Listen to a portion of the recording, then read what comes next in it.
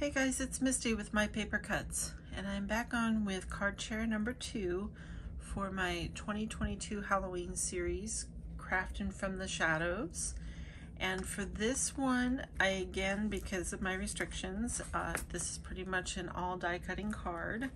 I did do some ink blending, but that wasn't so bad because it didn't really require any dexterity and I had to really take my time. But I wanted to use this paper pad here. This is from 2019 and it's a DCWV just called Happy Halloween, and I used quite a bit of it. Here is a rundown of what is in here. I do like that it has this teal in it, but I didn't use any of that. But it is one of the ones that's double-sided. It has lots of holographic in it, so I still have quite a bit of this. I think that sheet is so cute. So this is what I have left, and then I also have a sheet of these. And because of trying to take it easy on my hand and elbow here, I did use these for my sentiments on these cards. So I think I made 8 altogether. And I also used this die set again, which I shared on my last video as well. This is the one that's called the Vault Series Halloween 2021.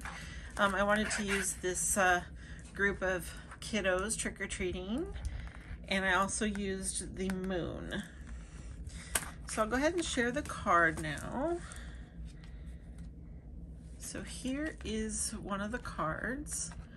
So I obviously cut the kiddos just out of black cardstock, and then I ink blended a background piece using Wilted Violet, Villainous Potion, and a little bit of black soot there at the top.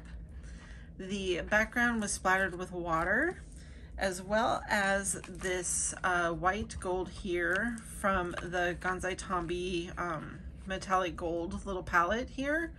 I just got that mixed up pretty thick and then just splattered it on there, and it worked out perfectly because, as you can see, it is really opaque, so it shows up very nicely.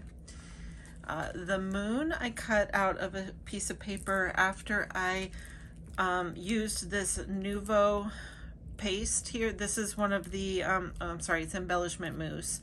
But this is just one of the golds. I don't know the name of this one. This is one of the sample sizes that came in a kit. And I do have it sealed up with some press and seal, but it is just kind of a standard gold. So I just brushed the embellishment mousse all over the paper, and then once it was dry, I die cut the moon. So it's a nice shimmery moon. I just didn't have a real like deep gold pearl paper that I wanted to cut in for such small pieces. So it was nice that I had that embellishment mousse to make my own basic pearlescent paper, but I just had to use a little piece, and I didn't have to cut into a big old sheet just to get those little pieces. So the background is cut out again with the deckled circles that I keep using. I love deckled edge on anything. And then it was again layered with a regular circle die just to help it pop off the background. And then I also used some black glitter paper in the background. That is just a glitter sheet that it was at Tuesday Morning back in 2019, and it was just the black. And then what else? Oh, and then the these little bats, they actually have a kind of a little holographic shimmer to them. That's from these sequins, which I got in Happy Mail a while ago. So I just pulled some of those out. I guess it's more like confetti, but I just pulled a couple of bats out and stuck it to the background. And then that's one of those sentiments from that sheet in the paper pad. And then on the inside, I just used one of the stamp sets that was also from Tuesday Morning. This was a Pebbles stamp set, and it was this one here. I just used the spider and the Boo to You, and there's still plenty of room to write. So each one, of course, has a little bit different of a sentiment because I was using those sentiment sheets. So I'll give you guys a closer look at each one. And then on one of them, I wasn't paying attention. I don't know if it was my pain meds or what, but it's the next one I'll show you after this one.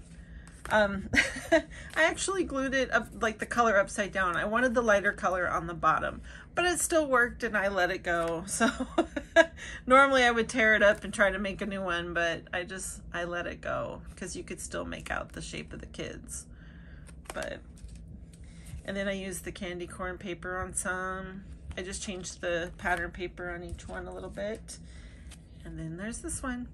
And that is another set of cards for Halloween. I hope you're enjoying the series so far, and I have lots more to share, so I will be back. Thanks for stopping by.